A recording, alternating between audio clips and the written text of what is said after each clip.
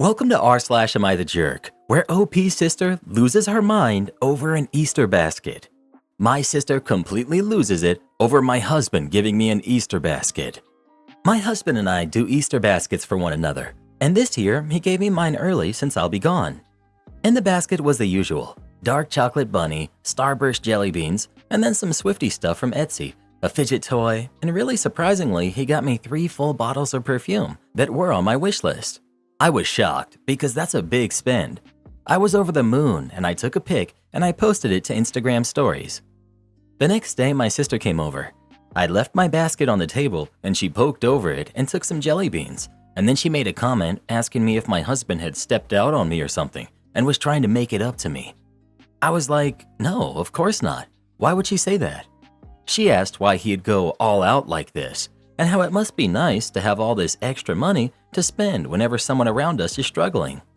Oh, it must be nice to have such a picture-perfect marriage. I was really taken aback and I asked her what her issue was. She was like, most women I know can't even get their husbands to fill a Christmas stocking for them, and you're out here bragging on yours and shoving it in everyone's faces. She said she was lucky if she got a card for her birthday. I told her to stop blaming me because she chose to marry a thoughtless man. That she had the choice to marry someone who did nice things for her, and she chose to marry a man that doesn't help around the house, buy her flowers, etc. And to not be a jealous jerk because she chose to settle for less. This set her off, and she started arguing with me more, telling me that I'm messed up for calling her names when there's nothing to be jealous of. More like embarrassed that it's 2024 and I'm acting like life is a romantic comedy. That the fact that I even listen to Taylor Swift is proof that I need to grow up. I told her to just get out, and I doubled down on her being a jerk. Now that I'm on the other side of the country for work, I feel like maybe I was over the top in calling her names. You're just jealous is the most annoying comeback in the world, and I used it on my own sister. She also typically texts me throughout her day, and she hasn't sent me anything since then, which means she's definitely still upset. Am I the jerk? Not the jerk. This made me laugh. I love reading about sisterly spats. Things go from 0 to 100 too fast, too often. Does your sister sell projectors for a living? Because holy moly, Batman, that was some professional level projection. Not the jerk. Speaking of Easter, what's your favorite thing to eat on Easter? Please let us know. Chocolate bunnies for the win. Yes. Update. My best friend proposed to me. I'm confused and mortified. Where can we go from here? A lot of people said I should ask our mutual friends if he's ever brought this up before, ever suggested that we were dating, etc. All of the people I've asked, granted it was only 5, said that they've never had a clue and that he's never mentioned it before now. I don't know then if this is something that he's newly started thinking or if it's been something long-term, etc. Either way, in addition, I've also screenshotted all of his texts, etc. just in case.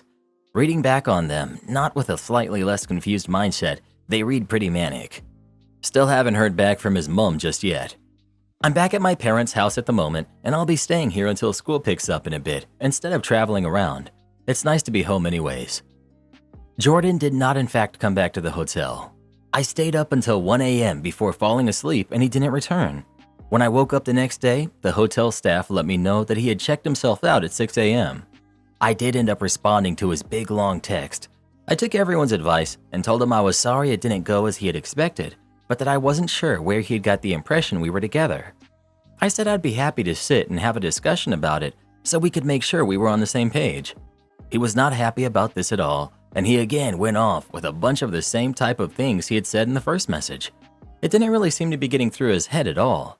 Even in these new texts, he kept referring to all of this as me breaking up with him, despite me explicitly telling him we have never been together. Again, all his messages were very clear and coherent, even if what he was saying was not based on reality at all. He wasn't sending paragraphs, just sentences in really quick succession, which was blowing up my phone. He told me he didn't want to meet up with me to talk because I had ripped out his heart and crushed it in public.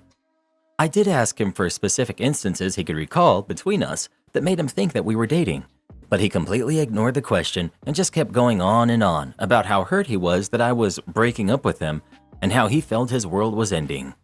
He said he loved me more than anything and had felt so confident that I had too, which is why he felt so certain about proposing to move our relationship along. Eventually, to be honest, I grew pretty tired of the conversation and I stopped responding because it was just going around and around in circles. Me asking where he got this idea, him ignoring this, and telling me how hurt he is I'm breaking up with him over this, etc. He went on and on saying he thought it would be a ring I like because it was my favorite gem, a ruby instead of a diamond. It's got me wondering how much he actually spent on this thing. I didn't look very clearly at the ring, so I couldn't tell if it was something super expensive or not, and that he had been working up the courage to do so for a while and figured doing it when I was at home would make it more special. For a while, he was just talking to himself in my text because I wasn't responding anymore. When I checked back about 20 minutes later, I had something like 60 messages from him. Granted, they were all one sentences.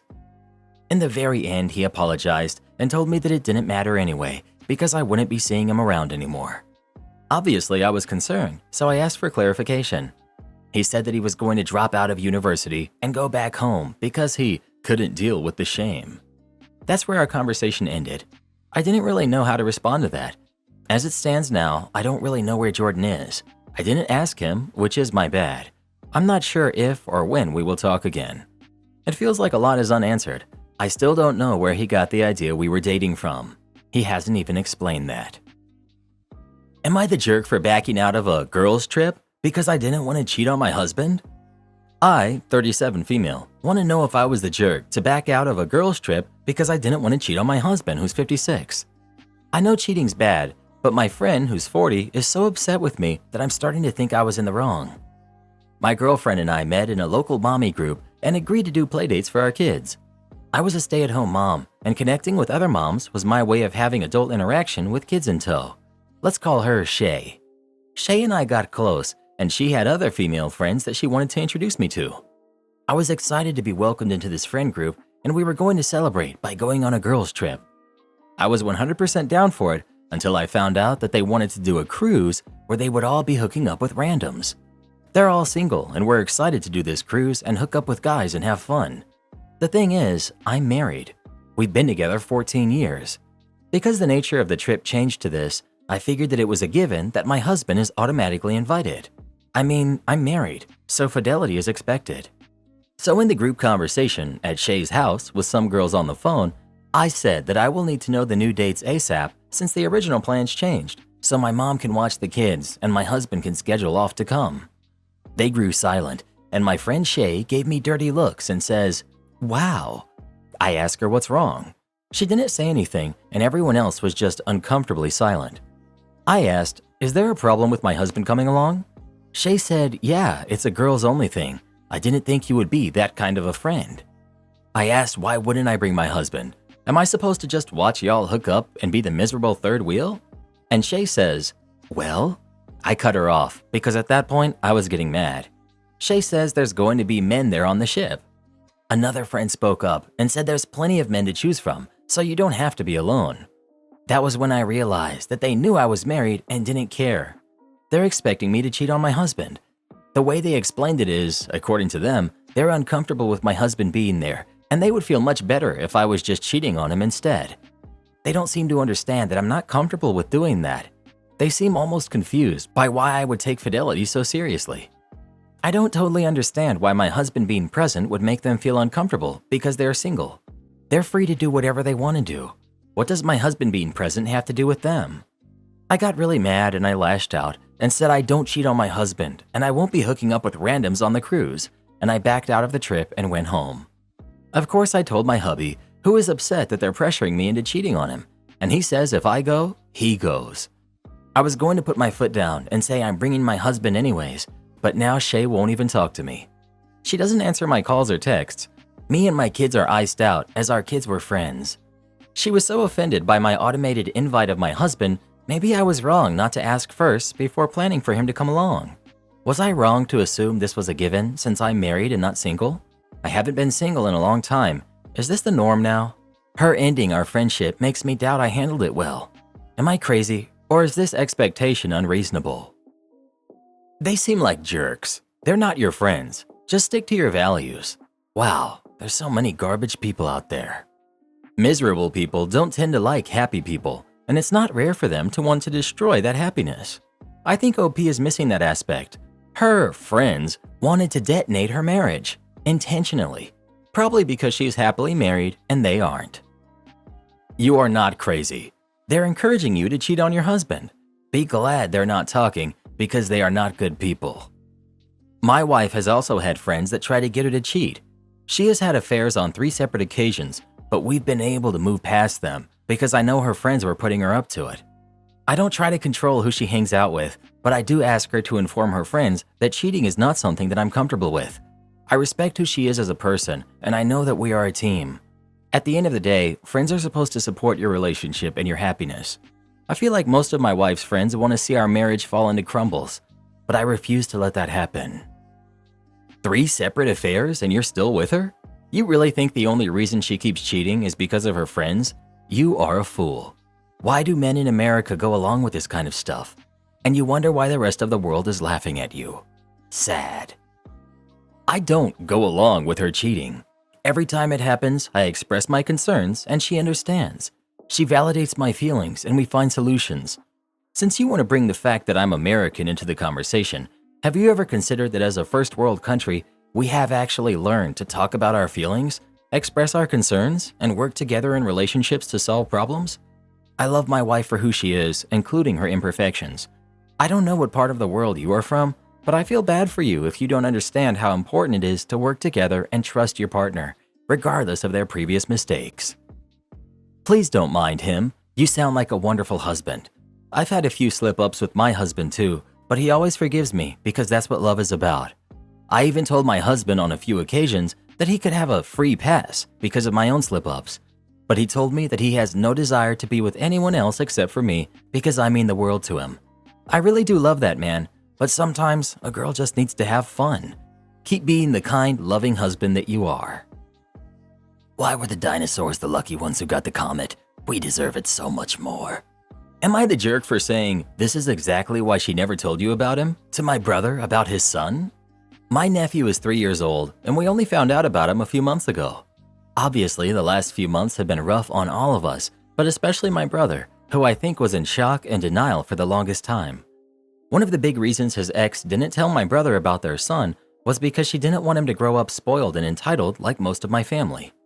My parents also really hated her and did a lot to try and get my brother to dump her. Example, my dad had her fired from her grad job, and I think he was the reason she couldn't get another job in that field. So she was scared of how they'd react if they knew.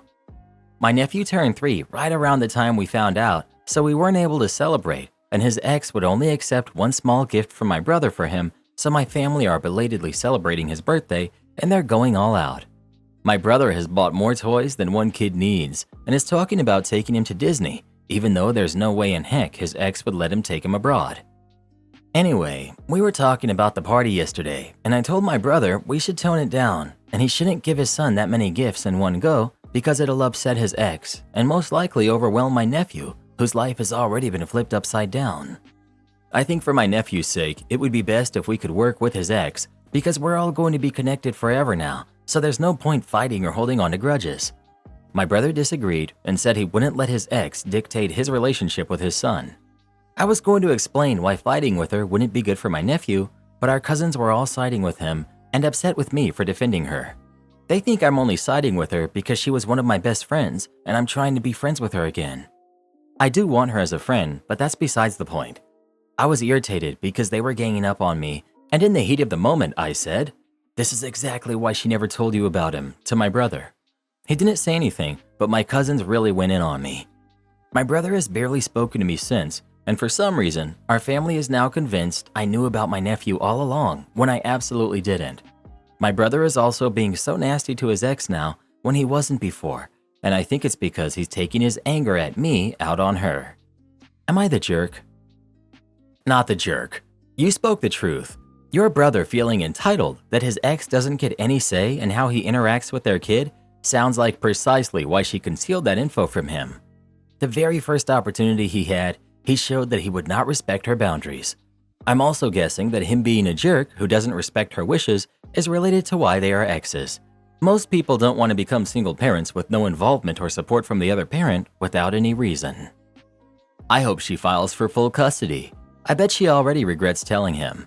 I feel bad for her. I have a feeling she might not have told him, to be honest. Either it got out accidentally through flying monkeys, or it was something like OP's brother was stalking her account and saw one of her posts. Also, considering he's never been in the kid's life and his current behavior, I think a judge would have to be crazy in order to give him any form of custody. So it sounds like your family is pretty affluent, and the ex didn't care and just wanted to stay away. Yeah, I think the ex will be a wonderful mother, you a good aunt, your brother a less than ideal father, and your parents are grandparents from heck. You are the jerk. Nothing on your post explains why your brother is horrible. If what you say about your dad is true, then of course he sucks. However, your brother? What did he do to really deserve his ex not telling him that he was going to be a father? What your ex did is cruel to the kid. It's cruel to your brother. Denying both of them a relationship with each other is entitled. It reeks of only she knows best. My guess is she was afraid your family would use their money and influence to get custody, so she lied, even if by omission. Well, who do you think is the jerk? The mom or the dad? Please let us know. How dare that man want to buy some presents for his son's birthday and take him on a trip to Disney, you monster. Am I the jerk for refusing to do free labor for my family? My dad and my uncle own a bar/restaurant together. My dad is somewhat poor and my uncle is a multimillionaire. When they first opened, they asked me to work for them since I just finished college in 2020. I said I would for a little while since lockdown was going on and I was unsure how my career was going to work out during lockdown. I have an associate's in e-media tech and an MBA with a focus in marketing. So I handled management, cooking, cleaning, serving, event coordination, marketing, all kinds of stuff. Keep in mind, this isn't just some small bar. This one is a large venue and it has events, etc. They refused to give me any sort of decent pay. I was being paid $15 an hour to do everything I was doing. For serving and bartending, I was only making $6 an hour. I was feeling very underpaid and overworked. In the back of my mind, I understood that they just opened their business and money was tight. After working there for 3 years, nothing has changed for me. They couldn't even offer me any sort of benefits. Nothing. My first year working there, I only made $12,000, which was less than half of what I was making working full-time in college. I made efforts to quit multiple times, and my dad begged me to stay, offered me incentives and health insurance. I ended up staying, but nothing was done about my benefits or my pay raise. It seemed like they were just breadcrumbing me all along. I finally had left, and now I'm working a very good job as a chief marketing officer for a large company. I've been doing part-time contract work while I was at the bar. I'm being compensated extremely well, making a salary of $150 an hour. They provide me full benefits and they don't overwork me. My dad and uncle have been asking me lately to do some stuff for them, like adjust the website and graphic design, income, and do photos and videos for large events. However, they told me they aren't able to pay me and my rich uncle managed to say to me, "You shouldn't expect stuff from your family like that." It really upsets me because I just get swept under the rug and treated like I have no value. Meanwhile, I'm working for a company that offers me all kinds of incentives, treats me well, and makes sure I'm always compensated for everything. Not only can they not offer me anything, but my uncle has overly high expectations of the work I do for him. Like nothing is ever good enough, and when he needs something, it has to be done immediately. At his house, he has workers like a chef, maids, and doesn't really do anything for himself, so I feel like I'm one of those workers to him. Am I the jerk? Not the jerk. Tell your uncle and your dad, you shouldn't expect stuff from your family like that. I'm 37 female. My daughter, who's 19, is pregnant again. I have 2 kids. My daughter, who's 19, and my son, who's 11. I had my daughter when I was 17. My parents were very strict, and they made me a pretty sneaky kid. As my daughter grew up, I decided to have a different approach to raising her. Instead of shaming her and trying to shun her from everything, I talked to her and encouraged her to be open with me about whatever was going on. I knew she had a boyfriend, so we went to go put her on birth control. Turns out she was already 7 weeks pregnant. I know my feeling upset about it sounds hypocritical, but I just didn't want her to go through what I went through. I wouldn't trade it for the world, but being a mom is hard enough as it already is. I wanted her to not have it, but she changed her mind when she saw the sonogram. Now my granddaughter is 1.5 and I love her. I was not ecstatic about becoming a grandmother in my mid-30s, and I still don't love the fact that I did, but what happened has happened. When my granddaughter was 1 month old, my daughter's boyfriend moved in with us. His living with us is a story in itself. but it's been over a year of my daughter telling me that they're going to find a place and all this other stuff. Those two are very tiring at times. They used to fight a lot. It seems like either they've gotten to a better place or they've just left me out of their drama as I asked them to. I've come around to the fact that she had a kid at such a young age and thought she'd sort of make the best out of the situation. Nope. She told me Friday night that she was pregnant again. And why I'm here is not to rant, but to simply ask, how do I proceed with her news? I want to ask her to go to their own place. In other words, kick them out. But I want to know, is this too harsh of a suggestion? Tell her, I can't afford to continue to support you, your kids, and your boyfriend. There isn't enough space to accommodate everyone. It's time for you to get your own place. You have until June 1st. I'm happy to babysit or assist however while you look for a place. I think rather than immediately kicking them out, give them a timeline to get their stuff together. It's less harsh, but still sets the expectation that if they're going to participate in adult behaviors, they will be required to fulfill adult expectations. I would remind her that she's 19 and is responsible fully for her kids and her life. She shouldn't be expecting that anyone else is going to foot the bills and raise those kids. It's on her and her baby daddy at the end of the day. Outline your perspective and expectations for both of them because they're adults and have taken very big steps very quickly. I don't think you should kick them out, but make it clear that you have every right to kick them out if they choose to be irresponsible. Not to be rude, but you're kind of a doormat. They're 19 and 21. They are adults. The father is in the picture too. They need a hard timeline for moving out. It's not kicking them out to expect adult kids to be adults. I think your own parents' lack of support is clouding your judgment here. You've been supportive and understanding. You haven't failed your daughter. Advice. I'd sit them both down and ask them their plan and express your expectations. They're adults and about to be parents of 2. They need to create a plan. Give them advice and help where they need it, but have strict timelines. They've had 2 years already. They need a push. Cutting the cord and making them fly from the nest is part of your job as a parent.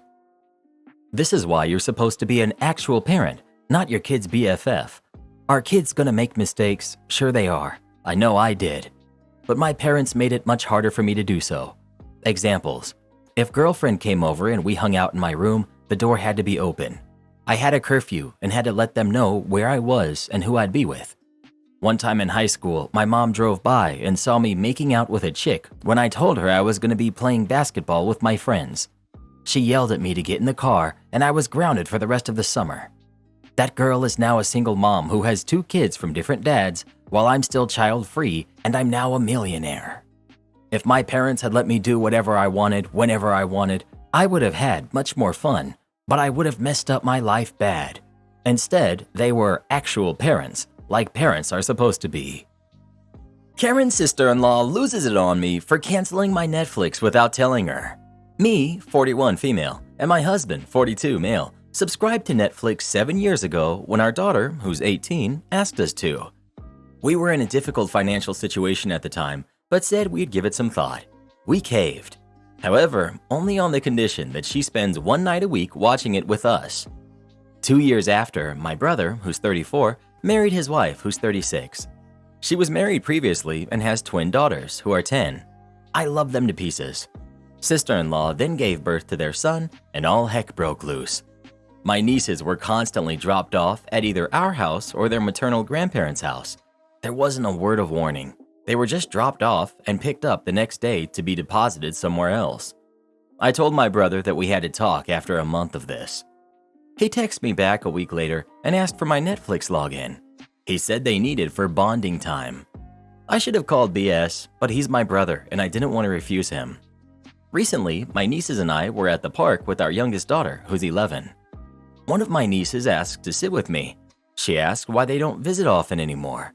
I say that she should be happy spending time with her parents.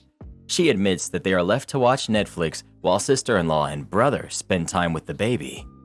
When I got home, I told my husband. He was beyond furious, shaming my brother for being a bad father. His words, biological or not. I couldn't disagree. It was me who had the idea to unsubscribe altogether, and this went beyond teaching them a lesson. We never really used it anymore. My eldest complains that they're apparently going to ban account sharing.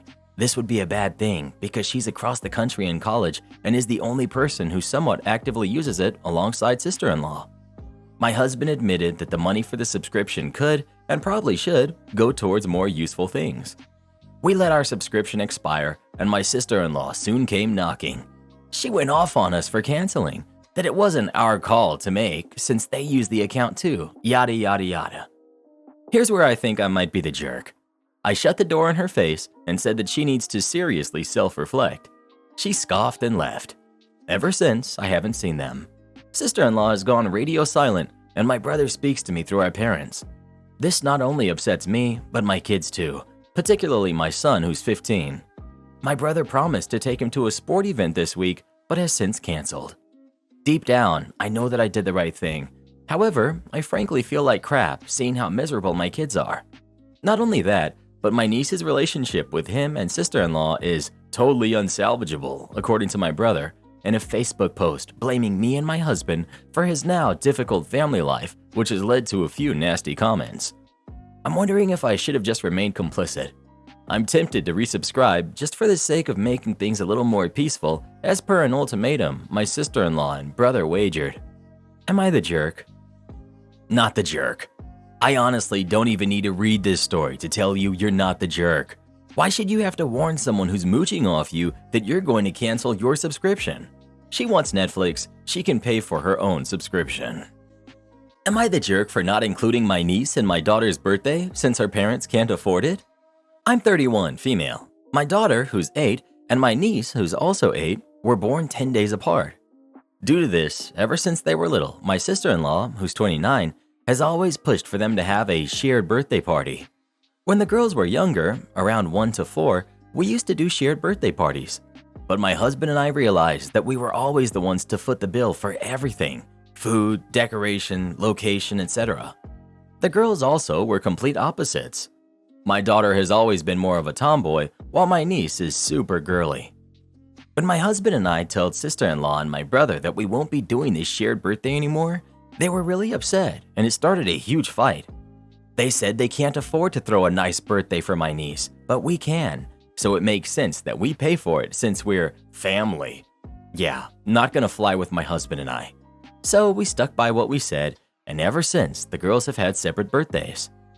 My daughter and my husband love watching Formula One together, and she wanted to have a Formula One themed birthday this year. The weekend before the birthday, we had a family dinner at my parents' house. Sister-in-law, my brother, and niece were present. My parents were asking the girls if they were excited for their upcoming birthdays and if they were having parties this year.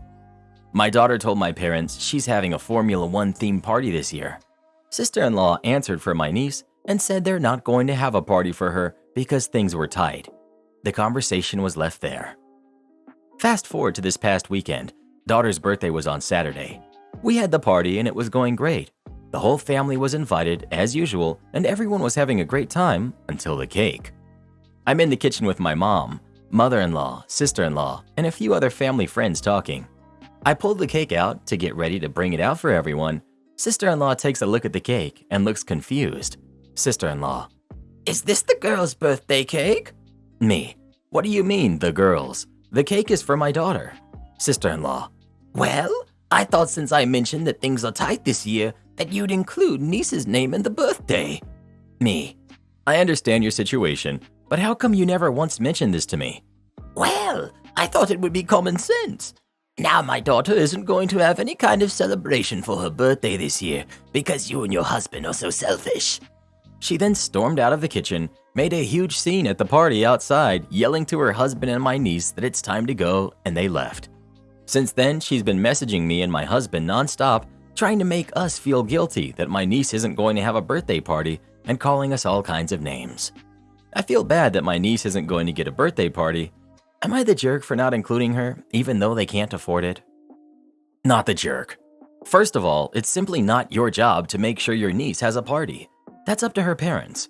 If things are tight, maybe they need to be creative, but it's still on them. Secondly, it's ridiculous for her to think that hinting around will get her daughter added to the party. If it was as important to her as she acts like it is, then she should have had a frank conversation with you and simply asked. You could have still said no, but there wouldn't have been the confusion. This is on them, not you. Not the jerk, but I'm very confused. How much money can you possibly invest in an 8-year-old's birthday party? Most of my kids' birthdays have been at the park with a self-made chocolate cake, some sweets, a fruit salad, a treasure hunt, and some balloons. If you want a cool location or a VIP experience or whatever, you can spend more obviously, but that's completely optional. Kids at that age mostly want to have fun with their friends and blow out their candles. Do this next. Tap here on your screen to come see our new podcast playlist, where you'll find thousands of hours of the best stories you've ever heard. Or tap the one on the right. That episode is specifically just for you, based on other videos you've enjoyed the most.